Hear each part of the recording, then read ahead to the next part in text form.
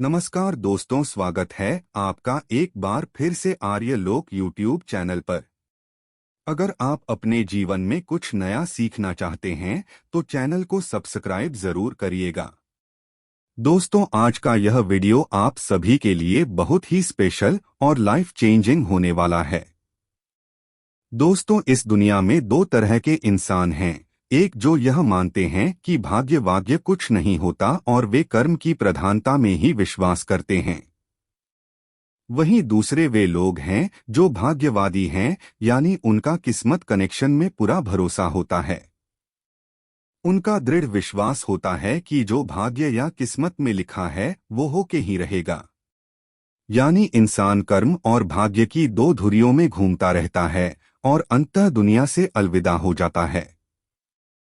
आज का युवा भी यही सोचता है कि बिना कुछ किए ही उसे वह सब कुछ मिल जाए जो वह चाहता है।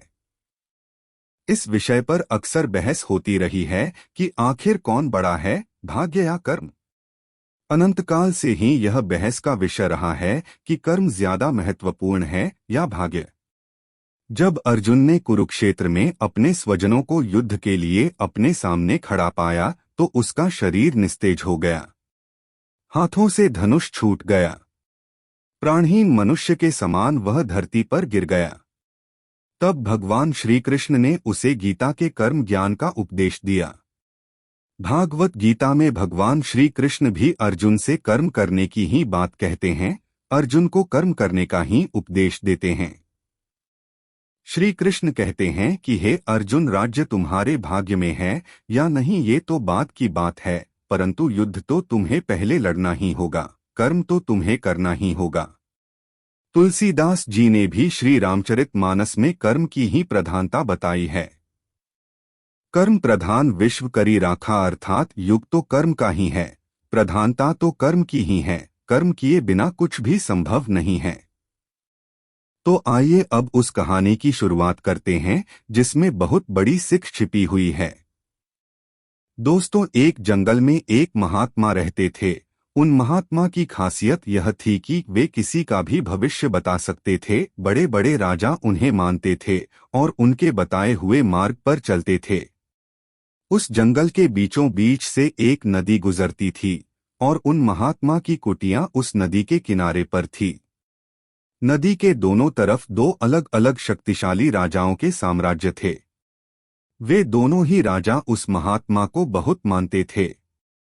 वे दोनों जब भी कोई बड़ा कार्य करते थे तो उन महात्मा से सलाह लेने के लिए अवश्य आते थे। एक दिन इन दोनों राजाओं में किसी बात पर कहसुनी हो गई। बात इतनी बढ़ गई कि नौबत युद्ध पर आ गई। युद्ध की तारीख और समय ये दोनों तय कर दिया गया। पर जैसा कि दोनों राजाओं का नियम था कि जब भी कोई बड़ा कार्य करते तो वे दोनों उस महात्मा की सलाह जरूर लेते थे।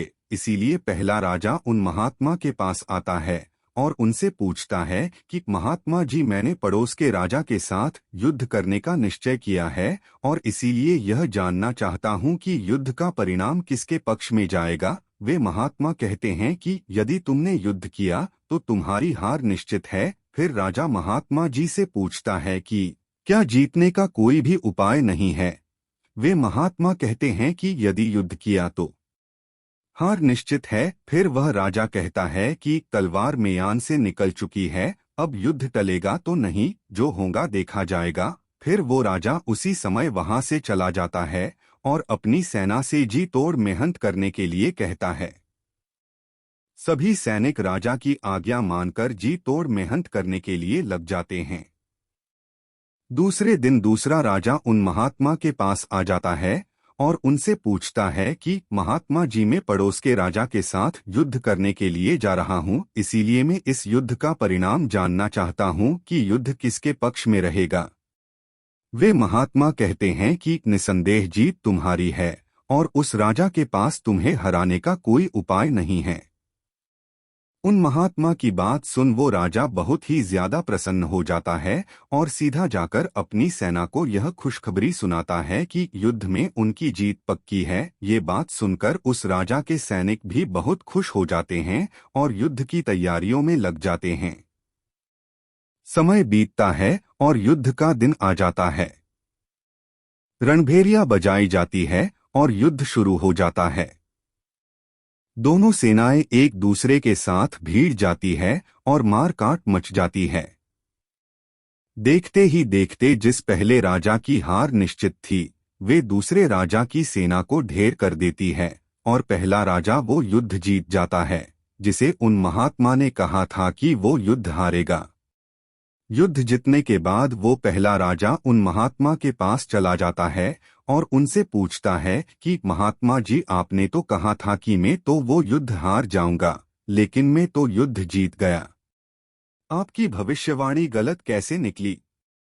फिर वे महात्मा उस राजा से कहते हैं कि मैंने तो वो कहा था जो तुम्हारे भाग्य में लिखा था, लेकिन तुमने अपने कर्म से अपने भाग्य को बदल दिया। तुम्हारी जीत का कारण यह है कि तुमने अपने भाग्य से ज्यादा अपने कर्म को आवश्यक समझा और उस दूसरे राजा ने अपना सब कुछ भाग्य पर छोड़ दिया।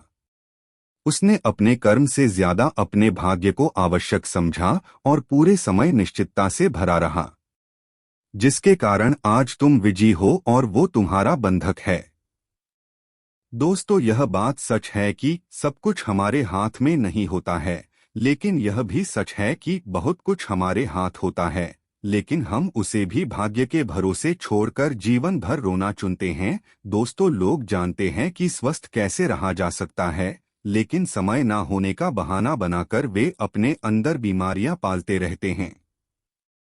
और जब कोई गंभीर बीमारी हो जाता है तो वे लोग अपने भाग्य को दोष देना शुरू कर देते हैं। दोस्तों, अगर आज हम किसी समस्या में हैं, तो वे सिर्फ हमारे पुराने गलत कर्मों के कारण हैं। और कल अगर हम इस समस्या से निकलेंगे तो वे सिर्फ आज के अच्छे कर्मों के कारण ही निकलेंगे।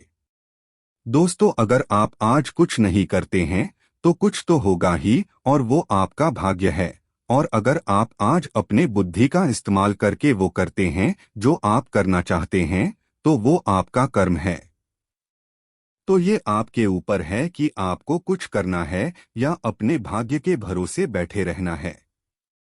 दोस्तों, यह प्रश्न आवश्यक नहीं है कि भाग्य पहले से लिखा हुआ है या नहीं, बल्कि आवश्यक सवाल यह है कि क्या हम उन चीजों को भी भाग्य के भरोसे छोड़ रहे हैं जिन्हें हम बदल सकते हैं।